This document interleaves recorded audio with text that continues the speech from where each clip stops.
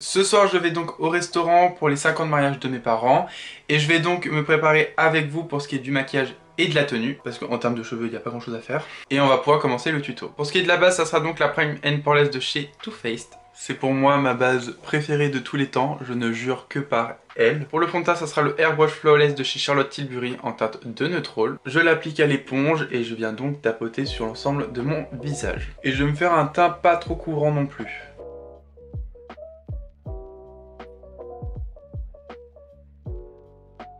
Pour l'anti-cerne, ça sera donc le Lock-It de chez KVD Beauty en teinte L5 Neutral. Je viens donc en mettre au niveau des cernes. Donc je viens estomper avec la pointe de mon éponge. Je commence toujours par le début, comme ça aspire tout le produit. Comme ça, il y en aura suffisamment pour bien cacher la cerne.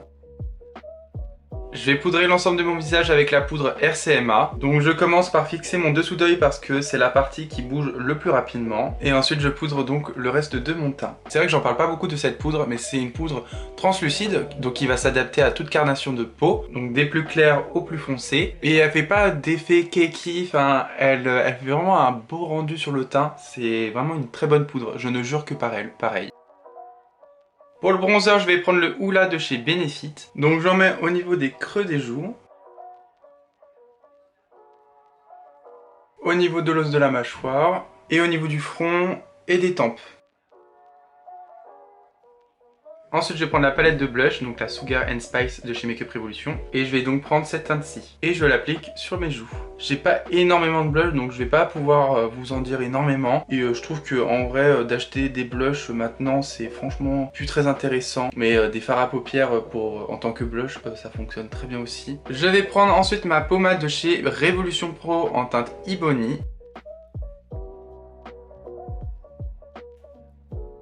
Ensuite, je vais prendre le liner Marion Caméléon X Sephora. Et aujourd'hui, je vais le tester en tant que base à smoky, donc on va voir. Parce que oui, alors, je vais vous donner d'ailleurs mon petit avis, parce que si vous voulez, j'ai fait un liner avec ce produit-là lors du live. Pour ceux qui étaient là, vous avez pu avoir mon avis en direct.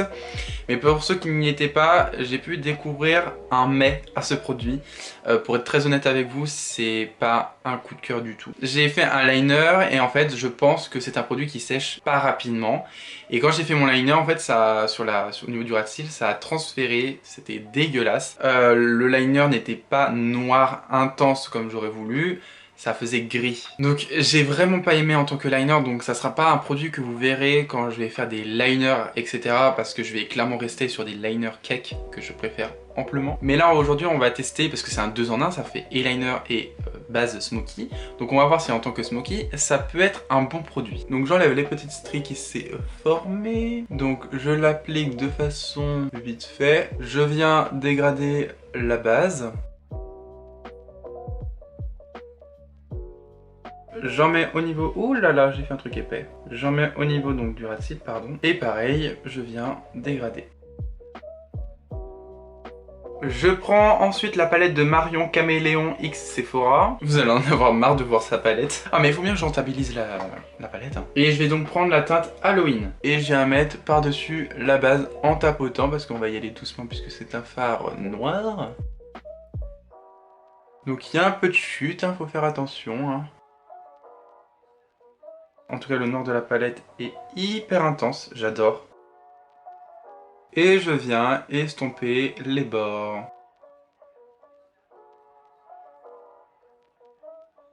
Je vais prendre la teinte Château et je vais venir en prélever un tout petit peu et je vais venir tapoter légèrement pour donner un peu plus de paillettes au niveau du make-up.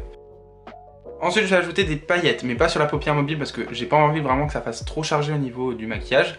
Je vais en mettre ailleurs. Tout d'abord, je vais prendre de la colle de chez NYX et je vais en appliquer en coin interne. Je vais prendre des paillettes de chez COD en teinte lilas et je les applique par-dessus la colle. Oh là là. Oh, c'est sublime. Regardez comment c'est magnifique. Oh my god.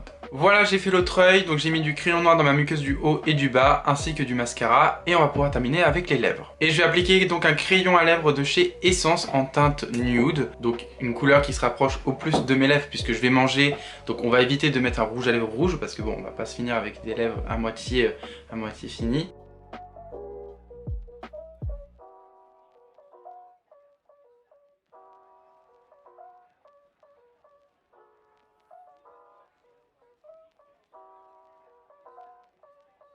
Et je vais finir avec le fixateur de chez Charlotte Tilbury. Je viens en fait en appliquer donc assez loin. Et moi, personnellement, j'en mets assez généreusement. Donc voici ma tenue du jour. Alors je suis désolé, vous voyez tout le bordel.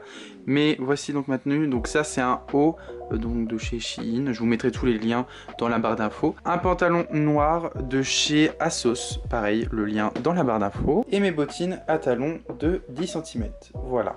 Donc voilà, le maquillage est donc terminé.